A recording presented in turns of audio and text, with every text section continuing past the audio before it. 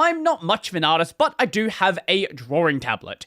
As you can tell, with the light shining on it, it's a little bit grimy from the hand grime. There's also a lot of marks in the center because I used to play a lot of Osu on it.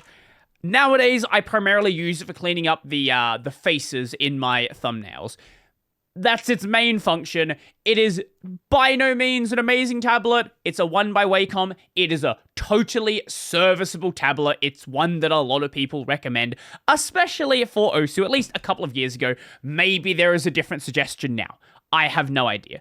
Either way, drawing tablet support on Linux is kinda weird, and this image pretty much sums up the way it looks from the outside. You have Wacom playing in the sandpit, and then everybody waiting on the outside, looking in, wow, I'd love to be in the sandpit as well. It's not actually like that, but with the way that a lot of projects are framed, it does seem like it. This is an article by David Revoy, Why Drawing Tablet Brands Won't Collaborate on Linux Floss Drivers. David Revoy, in case you don't know, has a YouTube channel going over how to do stuff in Critter, but also reviewing various tablets and their support on Linux. Here we have the Huon Inspiroi, here we have the XP Pen Deco, and various other tablets have been looked at over the years. Also, David gets involved in actually getting these tablets working on Linux. So, if anyone is qualified to talk about the problem, this is about as good as you're gonna get. I regularly get in contact with drawing tablet brands for reviews on my YouTube channel. I usually agree to do detailed video tests of their models, but only on two conditions. Test the tablet on Linux, and only use free/Libre and open source software for the test, including drivers. I do that especially for the models I find interesting, but I also do that to report all the specifications of the hardware I received to Peter Hutterer and Benjamin Tizere at Red Hat. This way they can transform the specs I dump from the tablet into a free/Libre and open source high quality driver for Linux, thanks to their UDEV HID BPF project, which is a very boring sounding name for a project, but is basically the project that tells Linux, hey, this is what this device is actually capable of. It has this many buttons, it has a dial, it has all of these various different things on it. Doing this for every single new tablet that comes along is boring and exhausting, and is not exactly the fastest way to do things. So, a new strategy: direct collaboration with the brands. If the brands can provide the specs,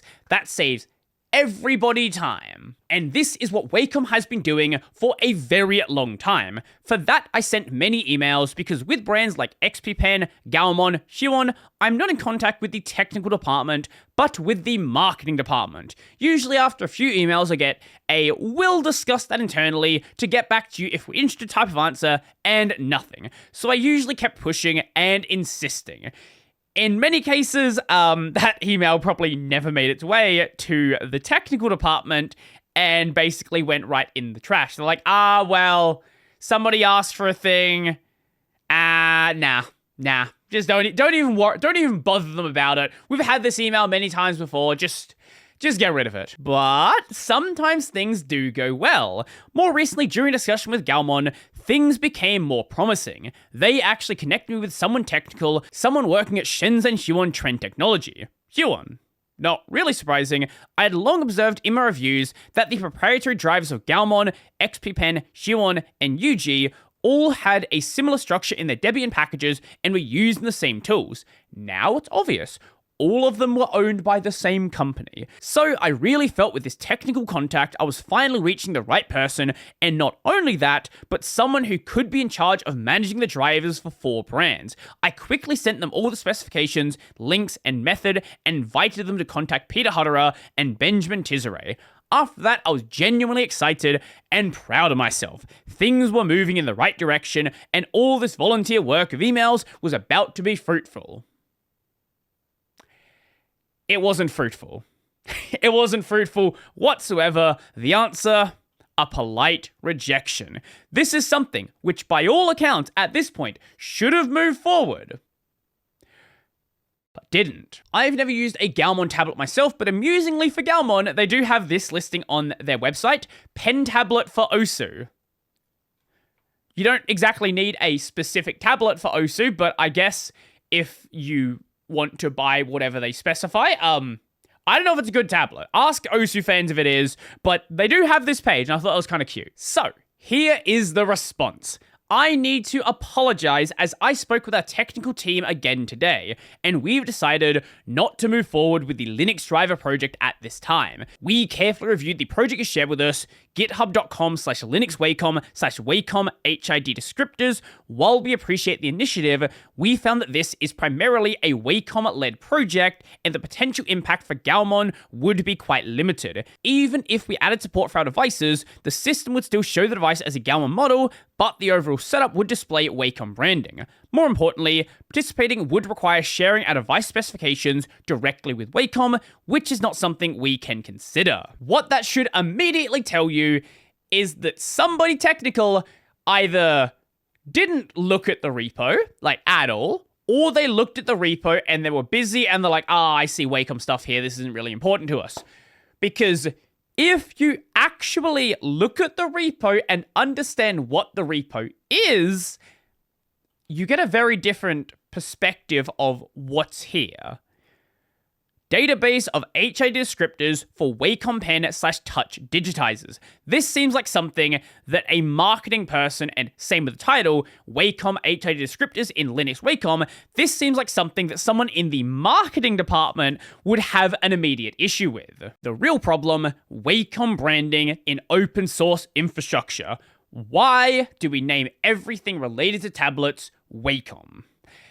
It's a historical legacy on Linux. It's also a decade-long debate that these repos should be renamed. If we actually look at the repo, we have Asus, Acer, Chewy, Cube, Dell, Eve, Fujitsu, GPD, Gadnik, Gaumon, HP. Somewhere way down the bottom here, then you will see Wacom. Here is another one in Linux Wacom, LibWacom. We have Chewy, Dell, Ellen or Elan, Framework, Gaumon, and then somewhere on this page,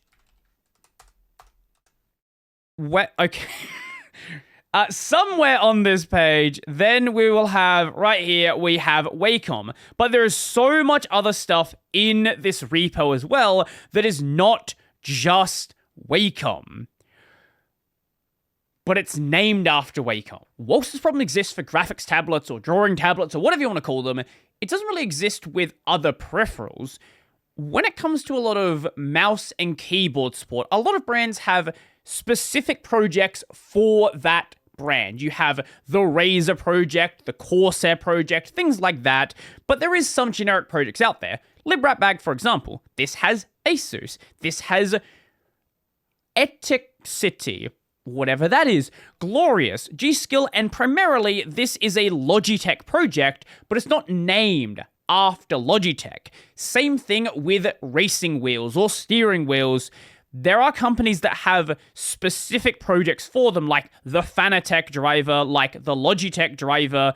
I think there's one, there's the SimMagic one, and a few others, but generally things are using HID, PID, FF, or HID Universal, PID FF. One thing about the specifications, this is something that David skipped over in the write-up.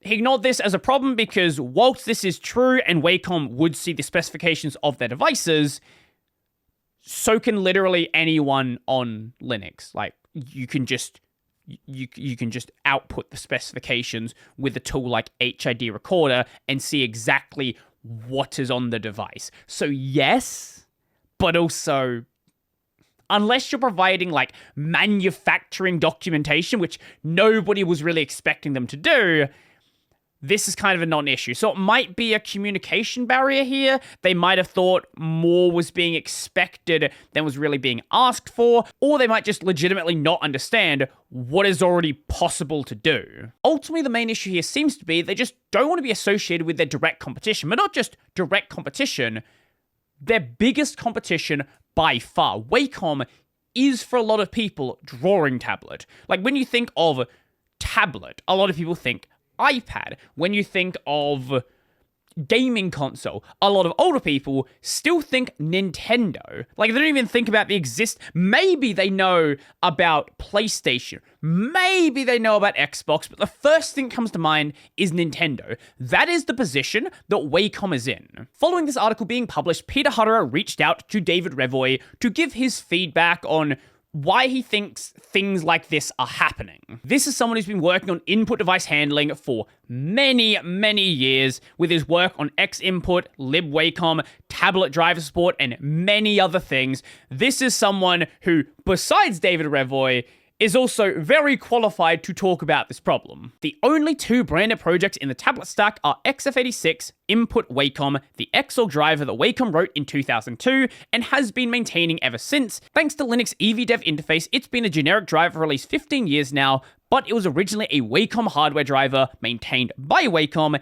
Anyway, this driver is going dodo with Xorg, and Wayland has a neutrally named libinput that handles all tablets. It handles various other input devices as well, but tablets are the focus here. The second branded component is libwacom. Written originally in 2011 after a discussion between a Wacom engineer and me, we needed more information about tablet capabilities. Some functionality is still only supported on Wacom devices. I think the first non-Wacom device was added in 2015, a Huon device. And when you are talking directly with an engineer compared to talking with a marketing person, you're going to have a very different result. Oftentimes, engineers don't really care about, oh, well, this is a competitor. Should we have competitors' devices here? Engineers often just like tech and like engineering things. And if there is nothing in their contract that says they can't work on things from other companies, a lot of them will be more than happy to do so because they just like tech. Funnily enough, if Huon, XPpen, UG, and others out there would help with the libwacom tablet files before the release of the devices, users wouldn't even know it existed. If there was support for the devices in that project just from the start, no one would ever have to go and look up libwacom and find out, oh, well, which devices are supported, which devices aren't supported. If support was just expected to be there, nobody would even really acknowledge the existence of the project. So in both cases, it's legacy naming because Wacom wrote/helped write the code. It was Wacom specific at first before being made more generic and co-maintained it for years. I'm sympathetic towards the branding issue, but in both these cases, it's write the code, get the say. And I get what you're saying here, but at the same time, I don't think renaming it would be a major endeavor for the benefits that you would get from doing a rename, right? Like, you can be like, oh, well, I don't want to rename. I wrote the code. That's the name we're going to use. Like, just rename it, right? just call it universal. Just call it generic. Just, like, there's no reason to, like, not change the name. It'll take you a couple of minutes and then a couple of minutes for each of the distros to change what is written in their build pipeline. That is all. As for the Wacom HID descriptors repo, the HID report descriptor is what the device provides so the kernel driver can parse the data, just like every other HID device, not exactly a corporate secret. GNOME renamed the Wacom panel to graphics tablets in GNOME 48 about a year ago, and KDE renamed it in Plasma 6 about 2 years ago. So on a modern desktop, there is no visible branding anywhere. On Wayland, the only remaining one is libwacom that users shouldn't even be aware that it exists. All that library needs is a single text file for each tablet that has 5 buttons, 1 dial, not integrated into a screen. And I get that from the user perspective, but they're looking at it from the development perspective as well. They don't want to be directly associated, directly collaborating with something which is named after the biggest competitor in the market.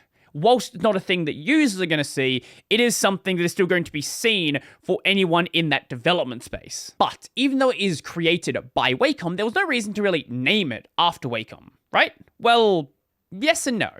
Back when the projects first started, the idea of a graphics tablet, a drawing tablet, wasn't as well known of a concept. You say something like, I work on tablets, people think, oh, iPads, that's cool. No, Wacom tablets, well, yeah, okay, I get what that is. But the idea of drawing tablet or graphics tablet as a term that people know, that was bit more of a recent thing as usage of the internet has expanded. More people are seeing how things are being done as a digital artist. You have access to YouTube. People, even if they have no interest in art, are going to be exposed to people that do digital art. So what does all this mean for Linux tablet support then? Well, it's a bit of a waste opportunity because of some bad design decisions, but hopefully, through knowing why things are like this, some executive somewhere can understand what these projects actually are, and even though they are named after Wacom, you're not necessarily directly supporting Wacom by supporting these projects. You can get involved with these, you can bring support to Linux without necessarily, encouraging people to buy a Wacom device. The plan going forward is just do what's always been done. Get devices, test them one by one, try them out, see if they work. If they don't work, report them. If they do work, hey, they work. Maybe they don't fully work though, and maybe there's some feature on the tablet that needs to be reported, in which case, get the hardware specs for it, give them to the developers support them, and then more tablets are supported. And if you want to help out, that work will be absolutely appreciated. Also, David is going to be making a detailed tutorial in the near future on how to actually dump the specifications for your specific tablet. So if you have something that isn't properly supported, that nobody's opened an issue about, that you have some weird tablet you found on Temu, how you can do that and how you can help to get that working. So with that being said, if you like the video, go subscribe as well, and let me know your thoughts down below. Do you have a tablet that is supported well? Do you have a tablet that is not? And if it's not supported, is there an open issue about it? Is there somewhere to get involved where somebody's already trying to do so? Or is this free real estate? Has nobody done so yet and it's something you can help out with? If so, go help out. Let me know your thoughts down below. And if you really like the video and you want to become one of these amazing people over here, check out the Patreon, subscribe to the Libero Pay, linked in the description down below. That's going to be it for me, and find me the weirdest, strangest Temu tablet you can ever find, and get it supported.